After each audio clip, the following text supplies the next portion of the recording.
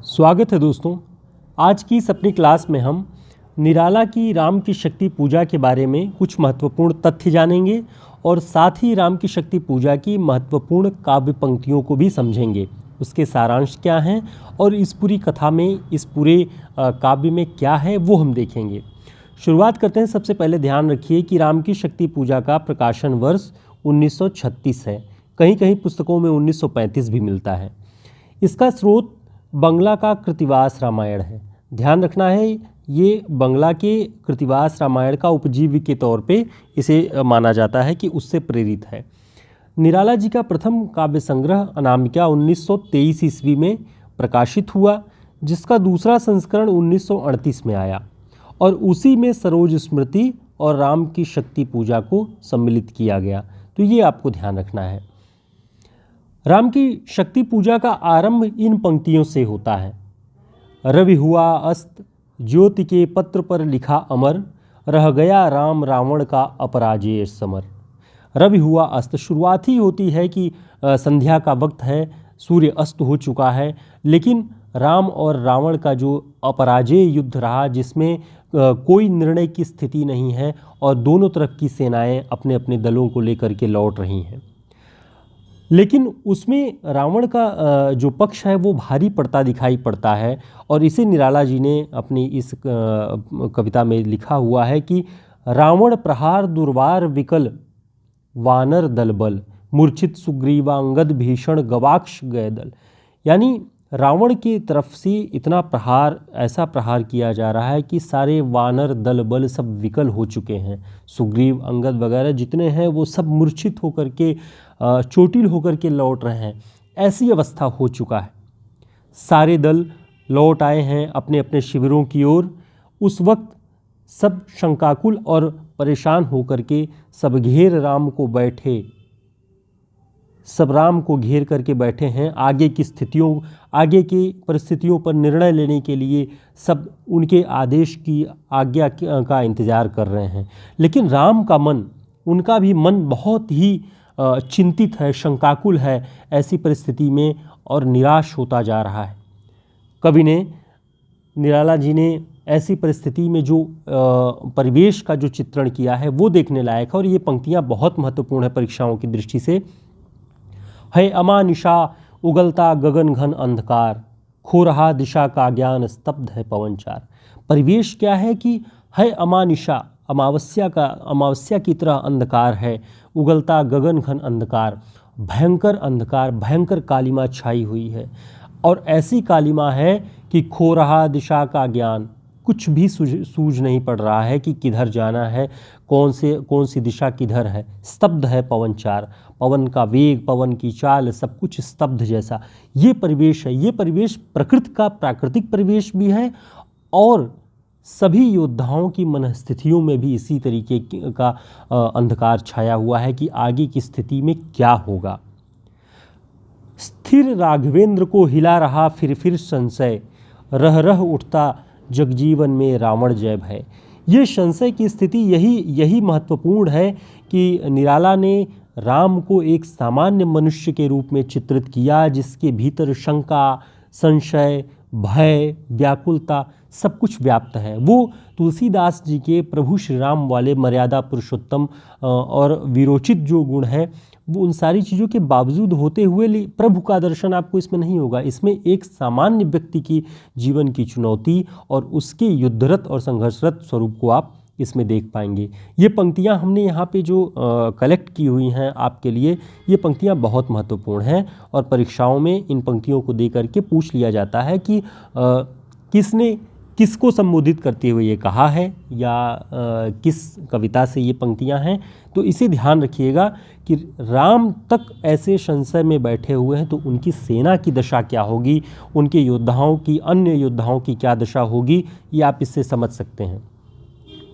जब सब कुछ अविजित जैसा दिखाई पड़ रहा है, अपराजेय हो गया है रावण, जिसे जीता नहीं जा सकता, ऐसी दशा में पहुंचकर राम बहुत चिंतित हैं और तब उन्हें सीता की याद आती है।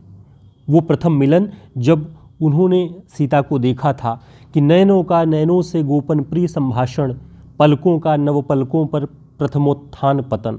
पहली बार जब उन्होंने सीता को देखा तो जो भावावेग उनके भीतर जो भाव उत्पन्न हुए उसे स्मरण करके वो सीता को याद करते हैं। एक तरह से स्मृतियों के माध्यम से ऊर्जा संचित करने का प्रयास आप देखेंगे कि निराला जी ने राम को स्मृतियों में ले जा करके वहाँ से शक्ति संचय का एक तरीका दिखाया। लेकिन वहाँ भी सारी चीज़ें याद करने के बाद अपने सारे पूर्व विजित युद्धों या जितने भी उन्होंने संहार किए दुष्टों के, उन सभी के बाद फिर सुना हंस रहा अट्टहास रावण खलदल, भावित नयनों से सजल गिरे दो मुक्तादल। ये रोते हुए राम का स्वरूप जिसके आँखों से अश्रुधारा बह रही है, वो जो ऐसा नायक, ऐसा योद्धा जो सब पर विजय प्राप्त कर चुका, लेकिन सीता को वापस लाने के लिए जो युद्ध वो लड़ रहे हैं, जो चुनौती उनके समक्ष है, उसमें उन्हें रावण का जो दल है, खल दल, उसका अट्टहास सुनाई पड़ रहा है और चिंतित हैं, वो व्यथित हैं कि अब किस तरह से अब सारी योजनाएं फिर से बनाई जाएं। राम को इस तरह से व्याकुल देख करके, निराश मुख देख करके विभीषण उन्हें उत्साहित करना चाहते हैं। और ये पंक्ति ध्यान रखिएगा, बहुत महत्वपूर्ण है कि यह किसने किससे कहा। तो विभीषण ने राम से कहा कि रघुकुल गौरव लघु हुए जा रहे तुम इस क्षण, तुम फेर रहे हो पीठ हो रहा जब जय रण। यानी जब रण विजित होने वाला है, हम बहुत नज़दीक आ चुके हैं, रघुकुल के गौरव आप ऐसी अवस्था में लघु होते जा रहे हैं, अपने आप को कमज़ोर करते जा रहे हैं। ये विभीषण उनके भीतर उत्साह का संचार करते हैं, लेकिन फिर भी राम को ये बातें केवल शब्दों का जाल लगता है। उनको लगता है कि इन शब्दों में वो उत्साह नहीं है जो कि परिस्थितियाँ जैसी यथावत हो चुकी हैं। तब वो कहते हैं राम विभीषण से कि बोले रघुमणि मित्रवर विजय न होगी समर। ये देखिए हताशा जो है, एक ऐसा नायक जिसे पूरा भारत, पूरा विश्व जानता है कि जो अपनी अपराजेय शक्ति वीरता के लिए जाना जाता है, जो प्रभु का अवतार है, वो निराला के इस काव्य में कहता है कि मित्रवर विजय न होगी समर। ऐसी परिस्थितियां सामान्य मनुष्यों के भी, आपके भी जीवन में आपको दिखाई पड़ती होंगी, जब किसी चुनौती से लड़ने के लिए आप तत्पर होते हैं, लेकिन परिस्थिति ऐसी बने कि लग जाए कि अब इस पर विजय नहीं प्राप्त की जा सकती। ऐसे ही दशावस्था में राम पहुंच चुके थे, क्योंकि वे देख रहे थे कि यह नहीं रहा नरवानर का राक्षस से रण, उतरी पाश महाशक्ति रावण से आमंत्रण। यानी वो ये देख रहे थे कि अब केवल नरवानर और नरवानरों का राक्षस से युद्ध नहीं रह गया है, ये अब महाशक्ति, यानी आप जिसे इस दौर में देख सकते हैं कि युद्धपोतों और मिसाइलों के अटैक जिस पक्ष से हो रहे हों, और सामान्य देश जो छोटा देश हो वो किस तरह से उससे चुनौती ले सकता है, उसे चुनौती दे सकता है, वो चीज़ राम समझ चुके थे कि शक्ति को उसने धारण कर लिया, शक्ति की आराधना करके उन्हें अपने पक्ष में कर चुका है। तब ये युद्ध के सामान्य युद्ध नरवानर और राक्षसों का युद्ध नहीं रह गया, पूरी की पूरी शक्ति को अपने पक्ष में रावण कर चुका है। और ये कहते हुए वो दुखी होकर कहते हैं कि अन्याय जिधर है उधर शक्ति, कहते छल छल हो गए नयन, कुछ बूंद पुनः ढुलके दृग्जल। अन्याय जिधर है उधर शक्ति, यानी जो शक्ति हैं, जो शक्ति स्वरूपा दुर्गा हैं, उन्हें अपनी साधना से रावण ने अपने पक्ष में कर लिया है। और ऐसी अवस्था में हताश राम ये कहते हैं कि अन्याय जिधर है उधर शक्ति। ऐसी दशा में हम क्या कर सकते हैं जब पूरी की पूरी शक्ति की स्रोत दुर्गा वो उसके पक्ष में जा चुकी हैं। तब ऐसी स्थिति में जांबवान खड़े होते हैं और मार्गदर्शन करते हैं राम का, और कहते हैं, ये पंक्तियां ध्यान रखिएगा राम की शक्ति पूजा की, कि रघुवर विचलित होने का नहीं देखता मैं कारण, हे पुरुष सिंह तुम भी यह शक्ति करो धारण। वो कहते हैं कि ये विचलित होने का कारण इसे मैं नहीं देखता, भले उसने शक्ति की आराधना करके उन्हें अपने पक्ष में कर लिया हो, विचलित होने का कारण मैं नहीं देखता। हे पुरुष सिंह तुम भी यह शक्ति करो धारण, तुम भी शक्ति की आराधना करो, उन्हें अपने पक्ष में लाओ। लेकिन ये होगा कैसे? ये पंक्ति बहुत प्रचलित है और लगभग सभी वक्ता अपनी पंक्तियों में इसका उल्लेख करते हैं। आराधन का दृढ़ आराधन से दो उत्तर, तुम वरो विजय संयत प्राणों से प्राणों पर। अगर वो आराधन करके, वो तमोगुणी होकर के, वो रजोगुणी होकर के शक्ति को अपने पक्ष में कर सकता है, तो आप अपनी सात्विकता से, अपनी सात्विक प्रवृत्ति से, सत्य के पक्षधर होकर के आप उस शक्ति को अपने पक्ष में कर सकते हैं। माँ दुर्गा आप पर भी कृपा करेंगी और शक्ति आपका साथ देगी। तुम वरो विजय संयत प्राणों से प्राणों पर। तब जाम्बवान का कहना है कि रावण यदि रजोगुणी तमोगुणी साधना के बल पर शक्ति को धारण करता है तो आपको सतोगुणी साधना को अपनाकर शक्ति को अपने पक्ष में करके युद्ध लड़ना चाहिए। तो ये जो मार्गदर्शन जाम्बवान करते हैं राम का, तब राम को यहाँ पर एक आशा का संचार होता है और उसका तरीका भी जाम्बवान बताते हैं कि शक्ति की करो मौलिक कल्पना करो पूजन, छोड़ दो समर जब तक न सिद्धि हो रघुनंदन। शक्ति की मौलिक कल्पना यानी अनुकरण नहीं, कि जिस रास्ते से जिस तरीके से रावण ने शक्ति को अपने पक्ष में किया, बड़ी बड़ी मिसाइलों वाली शक्तियों को अपने पक्ष में कर लिया, आप उस तरीके से नहीं, आप अपनी मौलिक कल्पना करें कि किस रूप में शक्ति को अपने पक्ष में किया जा सकता है। तब शक्ति की पूजन और अर्चना के लिए श्री रामचंद्र साधनारत होते हैं और 108 कमल दल उन्हें अर्पित करने के लिए लगातार 8 दिनों तक वो साधनारत रहते हैं। और अंतिम जब कमल चढ़ाने की बारी आती है तो देवी शक्ति उस कमल को उठा ले जाती हैं श्री राम की परीक्षा लेने के लिए कि अब ये क्या करेंगे। यही विवेकशीलता यहाँ इनकी देखनी है और उसी विवेकशीलता पर मैं उनके पक्ष में हो जाऊंगी।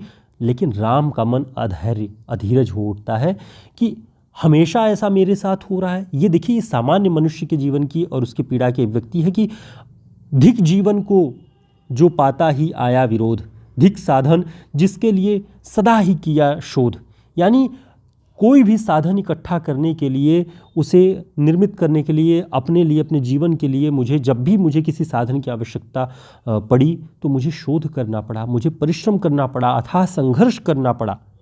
ये समस्त मानव जीवन की पीड़ा है, समस्त सामान्य मनुष्यों की पीड़ा है कि धिक जीवन जो पाता ही आया विरोध, पग पग पर विरोध, कि अब मैं साधना कर रहा हूँ तो कमल दल चोरी हो गया। ये पीड़ा है। तब वो सोचते हैं कि अंतिम कमल जो मैं नहीं, इंदिवर इसमें कहा गया है कमल को, कि अगर मैं उसे अर्पित नहीं कर पाया तो क्या हुआ। एक उपाय है जिससे अंतिम कमल जो मैं नहीं चढ़ा पाया शक्ति को, माँ दुर्गा को, वो मैं पूरा कर सकता हूँ।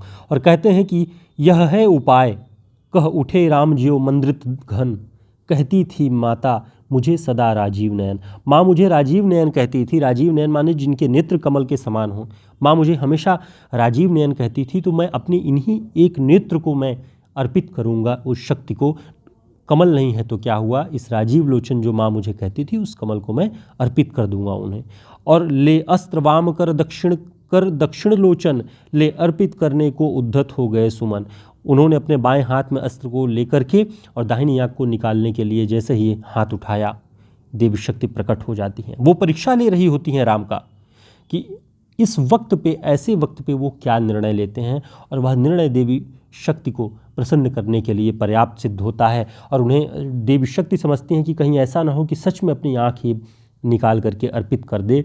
तब वो कहती हैं कि साधु साधु साधक धीर, धर्म धन धन्य राम, कह लिया भगवती ने राघव का हस्त थाम। हाथ थाम लिया देवी ने, कहा नहीं ऐसा मत करो, होगी जय हे पुरुषोत्तम नवीन, कह महाशक्ति राम के वंदन में हुई लीन।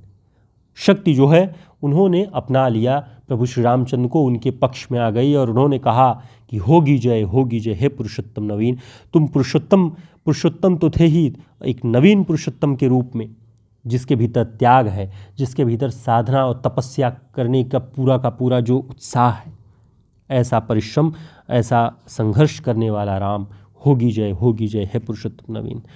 ये जो मूल भाव है निराला ने दिखाया कि साधनहीनता की दशा में आपका जो परिश्रम है, आपका जो लगन है, वो मायने रखता है कि आपने कितनी डेडिकेशन से काम किया हुआ है। तो सारी शक्तियाँ आपके पक्ष में हो जाती हैं, सारे निर्णय आपके पक्ष में हो जाते हैं।